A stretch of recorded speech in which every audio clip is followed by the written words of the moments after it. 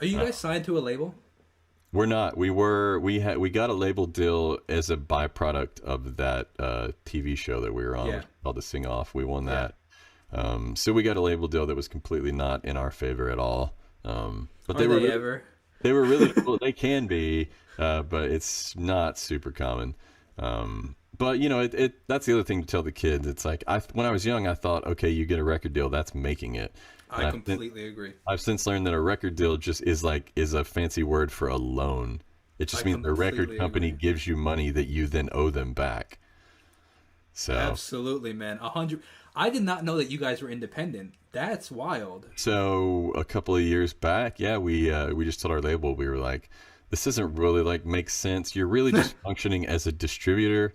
So, you know, unless you want to completely flip flop the arrangement, you know, where we make all the money and you get a little cut of it, this doesn't really make sense. Yeah, and if you want to have And your own they were like distributor, so nice to play ball. They were like, yeah, you're right. And they're like, they gave us a number. They're like, here, you give us this much money and we'll call it even and you guys can move wow. on. And that's what happened. That's fascinating, man. And now, like that's amazing. That's actually really inspiring, and I hope that people really like catch that the fact that I would definitely consider you guys successful. Like I think I recently last saw like 1.3 million subscribers on YouTube. Like that's amazing. Uh, Like is that close to the number? I Something like think you're that. right about that. Yeah. So the fact that you're independent, that's amazing. You keep 100% of the royalties, which is amazing.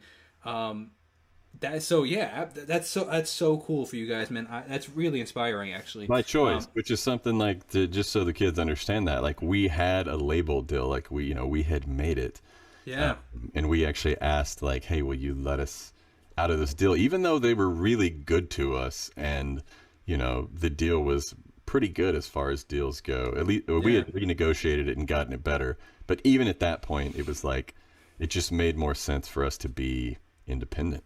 So yeah. we did it. Absolutely, man. That's fantastic. Yeah. That's really cool. And it's so easy with all the different distributing platforms. You could literally distribute on DistroKid. Shout out DistroKid, link in description. You could save 7% in your first year. That's right. That's right. So what But we did is we went and got a partnership with a distributor instead, cool. so that again, like basically like the terms of the deal flip flop. Instead of like the label making 80%, we make 20. We now make the 80, and then we give the 20% to a distributor, and we work with the Orchard, and they've been wonderful to us. So what's the benefit of that? Because I'm not super familiar with that. Like, why work with Orchard instead of just self-distributing through like TuneCore, DistroKid, Lander, or something like that? Because they're actually like involved and engaged. They have partnerships with retailers Oh, okay. and things like that, so they can actually help. Get if you have a physical product, they can get it into stores if that's That's what you cool. want. They also have a relationship with like Amazon and iTunes and Spotify and Yeah. places like that, where they can say, hey, we've got this new project, like maybe you could help us promote it, or Yeah. It's the extra hand of connection. That's absolutely, fascinating. absolutely. Have you been in like Target and stuff with your music and your CDs Yeah, and stuff? yeah, So even after the label deal. yeah, yeah. So how does is the do you prefer that? Any of these questions, if they're not comfortable answering, you don't have to answer. But like, do you prefer like sales through that, or do you actually prefer the streaming? I don't know anything about getting paid from like Target. You know what I mean, or the cut that they take, or so. Do you Well, like the yeah, streaming, or do you like you're the physical sales? you're always going to make more money on physical, even when it's like through a third party Really, retailer. even with the big box retailers, that's Yeah, interesting. yeah. So Interesting. yeah, I mean, if somebody like legit pays for digital music, because you can buy an album digitally on iTunes or Amazon as well, that's going to be more than if somebody just like streams the album one time Of on Apple course, yeah, Music yeah, or yeah, yeah. Spotify, and then physical is still just that much more than any of that. I'd be curious.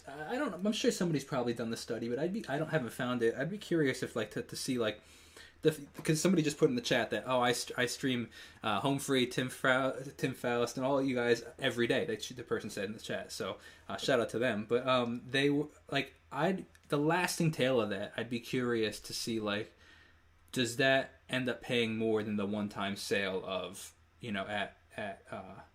like at what point that, so if you sell, I don't know, say for $10 or say for 15, you may say, I don't know, I'm just going to put a random number, say you make 10 out of the 15 hypothetically. At what point does that one listener make you $10? I mean, that'd be a lot of streams that they'd have to listen to.